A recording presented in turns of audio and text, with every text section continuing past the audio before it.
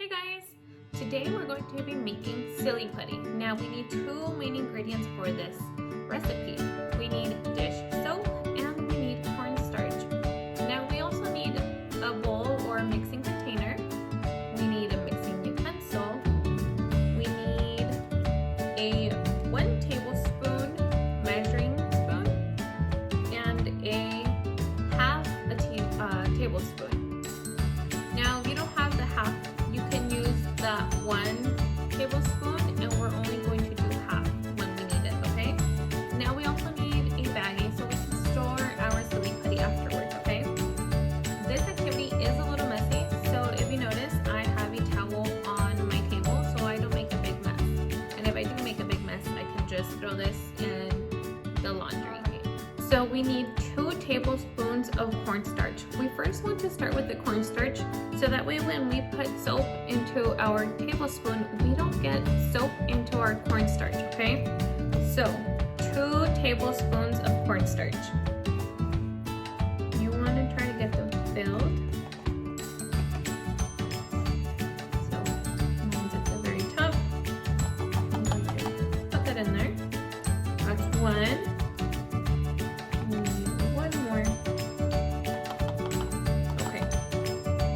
Now that we're done with the cornstarch, we can put this aside. And we need 1.5 tablespoons of dish soap. And I'm going to use my 1 tablespoon. Have that full. Oops, I made a mess. And then I'm using my mixing utensil to scoop out as much soap as I can. But I still need 1 more half a teaspoon.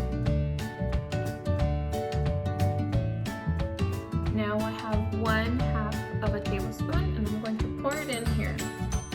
Now, not all dish soaps have the same formula. So after you mix it for some time, for about 10 to 15 seconds, if your Silly Putty is still too dry, you can add a little bit more dish soap. And if it is too liquidy, you can add a tiny bit more of cornstarch. So you're going to play with the consistencies, okay? So now that I have both ingredients in here, we're going to mix.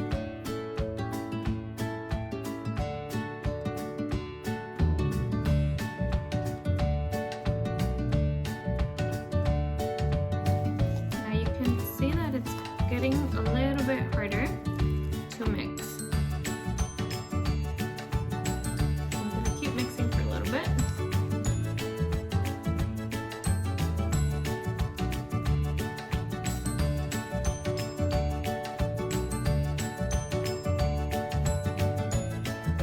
So my putty turned out to be too runny, so I'm adding a little bit of cornstarch. Now notice how I don't dip in my tablespoon with soap. I just poured a little bit, or you can get a new clean spoon to add a little bit, because if you tilt it over and you're not careful, you might spill.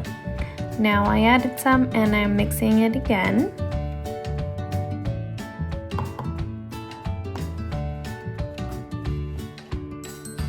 Now you're going to keep on mixing, and notice how I'm having a little bit of trouble mixing it. That means it's getting a little bit harder, so the extra cornstarch that I added did help. Now I'm using my hands to get a better consistency because my spoon wasn't helping anymore. Now that I think that it is a good consistency to mix, I am going in with my hands. This part is a little bit messy, so make sure you have a towel, as I mentioned before, or if you can do this outside, that's even better. Now I'm just kneading it with my hands.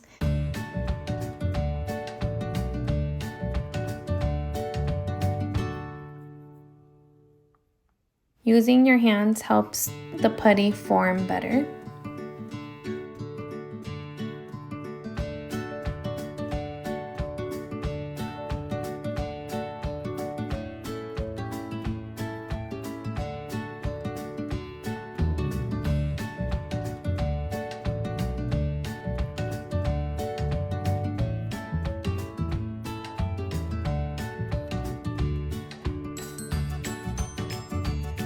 Now that we've been mixing with our hands for some time, you can see that I have a better shape of a putty in my hand.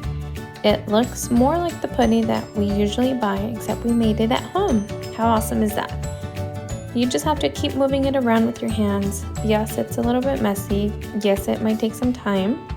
And yes, it's going to take some experimenting, but it'll be fun because in the end, it looks and feels like putty. Now I noticed that my putty was too runny, so I went ahead and I added some more cornstarch because it was way too runny. When I touched it, you guys saw that my hands were so sticky.